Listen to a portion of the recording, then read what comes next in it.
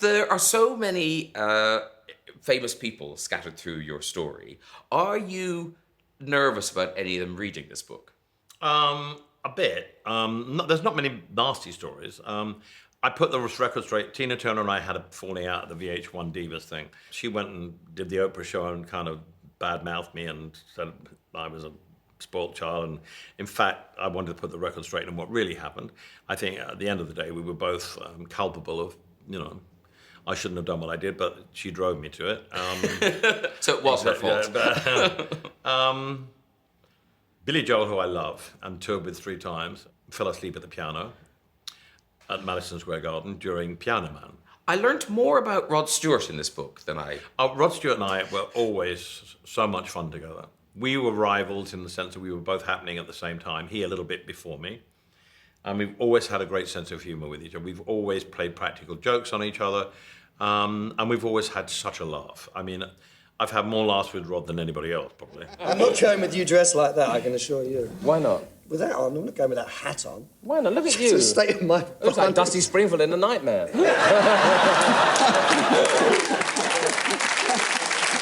But it goes quite far. The Earl's Court blimp. Well, he had a blimp because he was playing Earl's Court for about 5 nights, which I wasn't happy about, the fact that he was playing for 5 nights. And I was staying at the Inn on the Park, which is now the Four Seasons in London. I could see it hanging in the sky. So I rang up John Reed and said, Rod's got a blimp above Earl's Court. Can we get it down? And I didn't say anything else, and he mysteriously got it, I think, shot down. Because it did. Different times. The next time I looked, the next day it wasn't there. So I rang Rod up and said, oh dear, can you see your balloon, your blimp from where you are? Oh, yes, dear, I can. Isn't it fabulous? And he looked out the window and said, you bastard. And then the next year I played Olympia, and I had a big banner right across the road where Olympia is. And I swear to God, it was up for about 30 seconds, and his road crew had it down. It went up at 2 o'clock in the morning. It was down by 2 o'clock and 30 seconds. Wonderful memories. He and I have laughed so much over the years. He has a great sense of humour. We've both got the same sense of humour.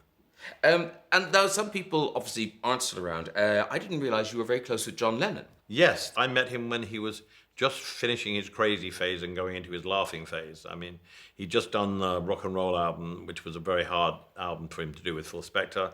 And I think he had a lot of issues at that point. He was with May Pang at the time. He'd broken off with Yoko. And we more or less hung out together for about 1.5 to 2 years. And he sang on my records, I played on his. We did a lot of drugs together.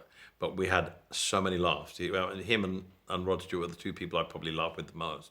And Freddie Mercury. There's a very New York story about you and him holed up in a hotel room. Oh, yes. It was like we were doing cocaine. And it was like 1:30 in the morning. And there was a ring on the doorbell. And I thought, oh, who's this? So it took me about 10 minutes to creep over to the eye hole and look through the door. It was at the Sherry Netherlands Hotel. And I went to him, Andy Warhol. And John said... And so we didn't answer the door. And I said, why didn't you want to let Andy in? He said, he's always got a bloody camera with him. He said, nothing's safe, nothing's private with Andy. So, so I thought, God, he wouldn't let Andy Warhol in. But that's because we were high as a kite. I'm still standing.